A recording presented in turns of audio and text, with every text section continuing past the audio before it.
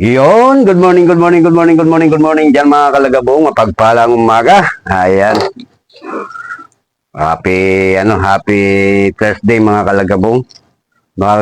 Dito tayo sa bahay, magluluto tayo ng pansit bato from Bicol namin. Ayan.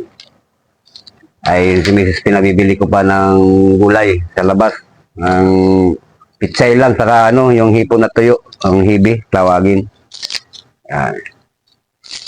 Na lang tayo ng ready ko na lang yung sangkap para mamaya pagdating ni Mrs. gulay na lang tapos gisa na tayo. Ayan. Yan, shout out sa mga bago nating followers dyan. Yan, thank you. Kahit pa paano may nagpapalo sa atin. Tayo sibuyas. Iwan na tayong sibuyas. Bawang naman. Ayan.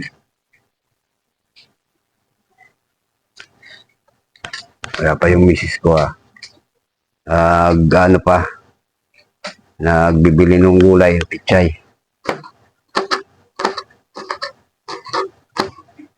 Sa iyong pagbabalik.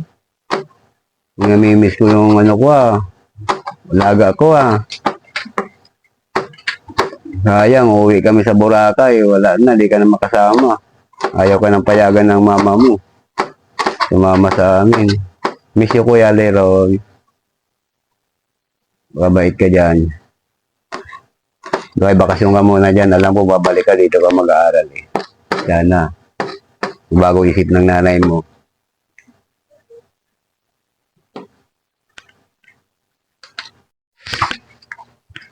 Yun. Dumating rin yung pichay sa wakas. Kala ko sa Quiapo pa bumili.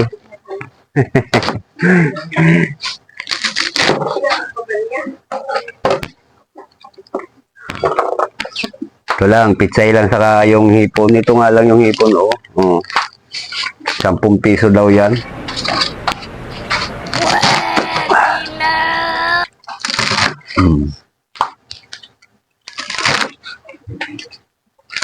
Dapat higisa na tayo nito. Hindi na yan.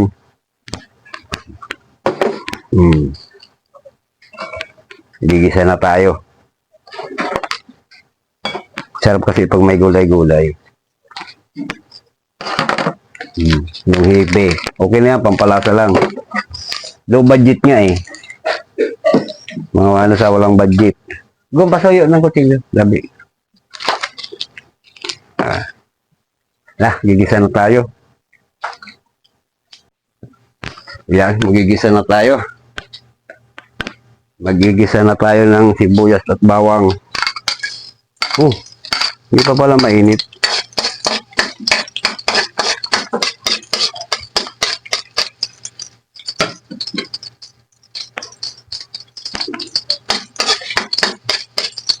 Pansit-pansit tayo ngayon.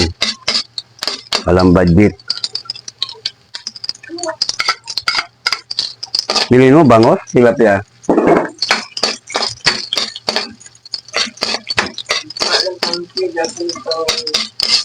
Gata.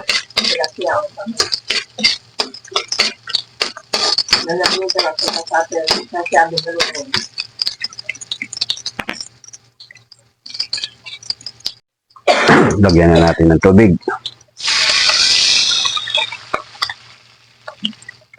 Damihan natin sabaw at gusto ko yung maraming kami sabaw.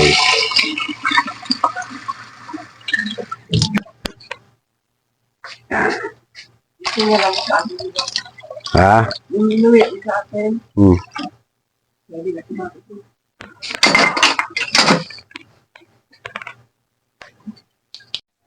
Tuyo.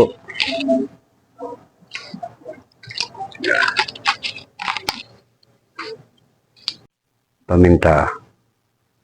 Lamihan natin paminta. Yan ang papasarap dyan.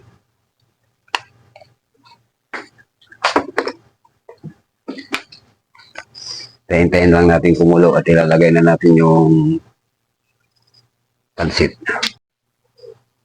Yung mga kalagabuhong, hinihintay na lang natin kumulo at ilalagay na natin yung pansit. Yan, malapit na siya magkulo. Nagbabadya na.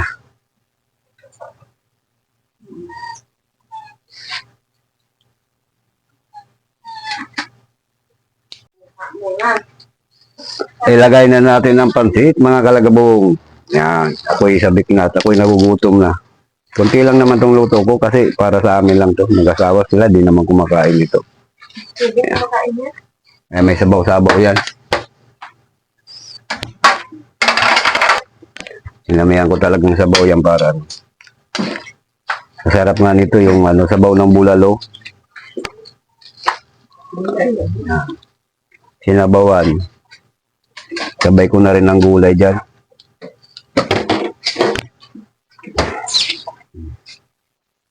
Gulay-gulay na pitsay lang yan. Ayaw na tayong budget.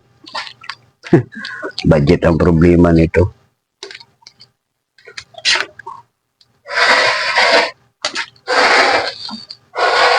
Tayin-tayin na lang natin yung mga kalagabong maluto. Tayo maglalapang na.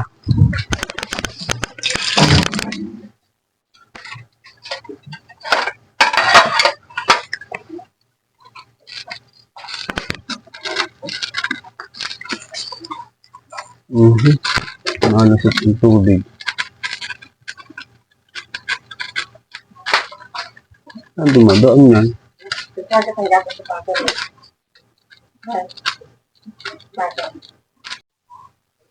Malapit na. Malapit na to.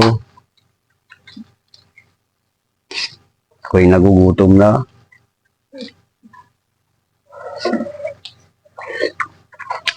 Hindi man lang na halata yung may halo o wala eh. Masarap pa yung walang halo.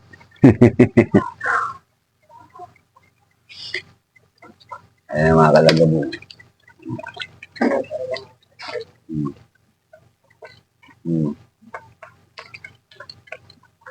Ito na yan.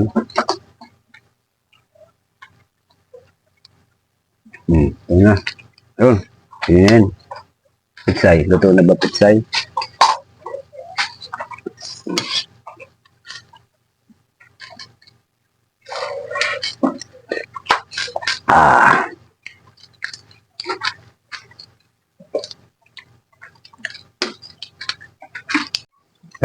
Kain na tayo.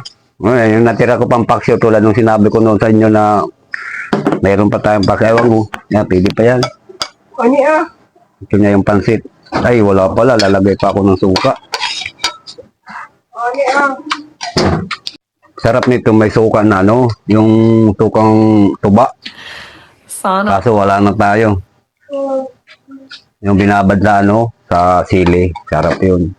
Eh, pag umuwi ka, yan papagin mo. Pag uwi ko talagang mga 2 galon, dalhin ko talaga yan. Kahit isang kids na Malaki. Hop. Kain tayo. Mamaya dito na naman si Jillian Ward, mangikain naman yun. Nalaman na may pansit ba ito ako.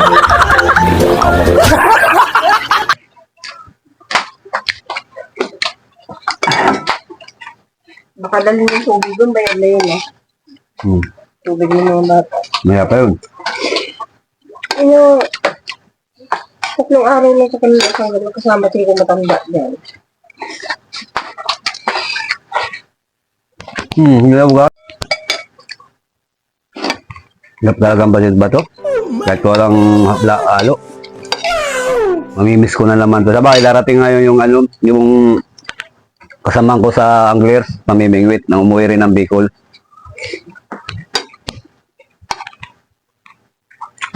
Nagpangako rin sa akin yung na bibigyan ako ng pansit bato. Sarap.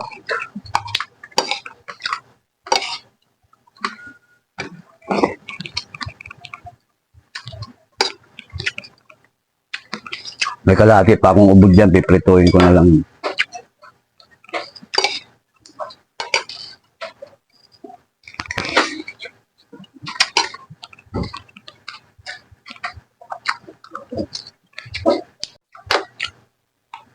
Yun, tatapos na tayo.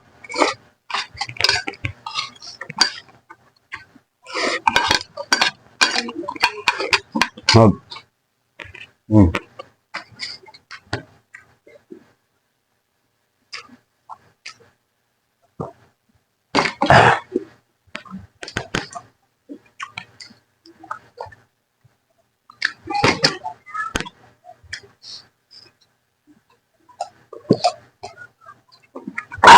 Sarap. Sob. Gastos, pichay lang sa kaibi, sob na. Ayan mga kalagubong. Bye-bye na. Salamat sa suportan ninyo. Suportan ulit nyo ako.